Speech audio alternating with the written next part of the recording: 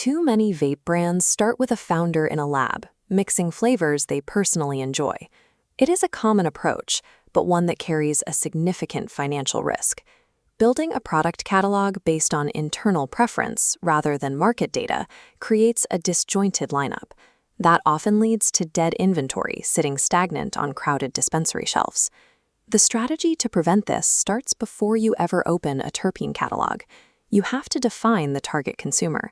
Today's market typically fractures into three groups: classic purists, fruit and candy lovers, and hash traditionalists.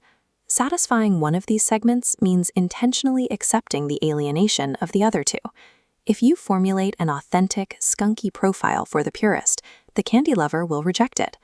Building a revenue-generating line requires selecting a specific Eybna base profile for your chosen demographic, then modifying it to create a proprietary product.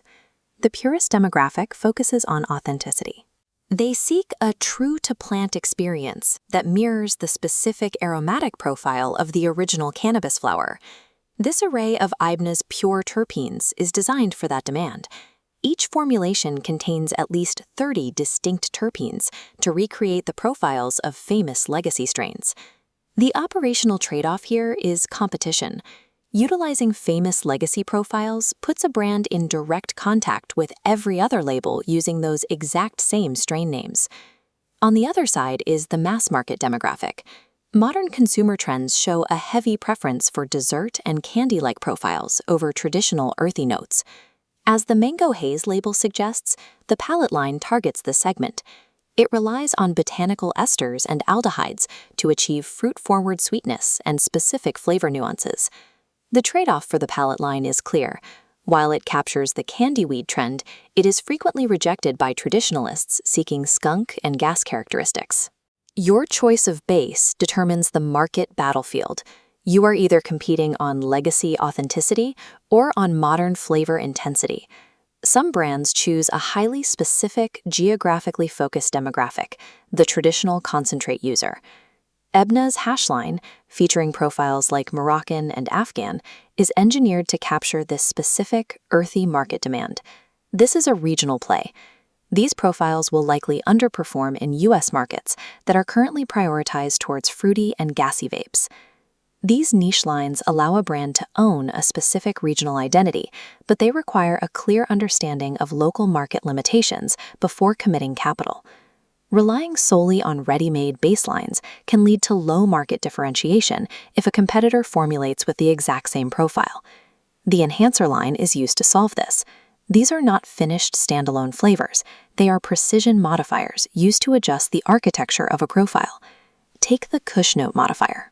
Adding this to a standard Kush base amplifies the sweet green core of the profile, making the primary notes more distinct. This amplification requires precision.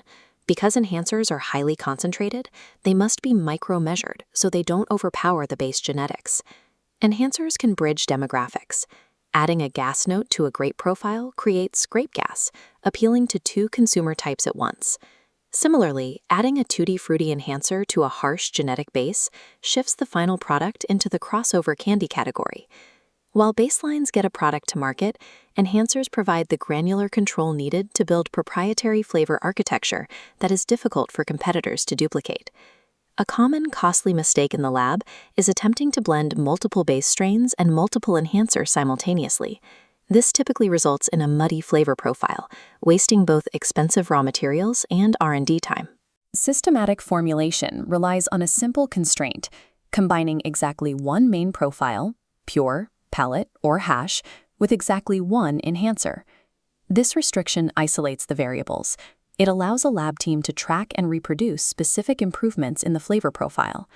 Disciplined ingredient restriction is the most effective way to achieve scalable and consistent product architecture across a brand's portfolio.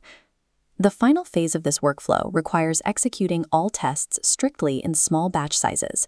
Small batches allow you to dial in flavor intensity, finding the ratio where a Kush note enhancer is balanced against a Mango Haze base.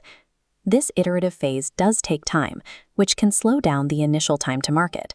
However, patience in the lab increases the likelihood that the final, scaled product aligns with the brand's intended demographic vision. Don't just buy a flavor. Choose the demographic, Select the targeted base and formulate with enhancers to build a proprietary moat around your brand.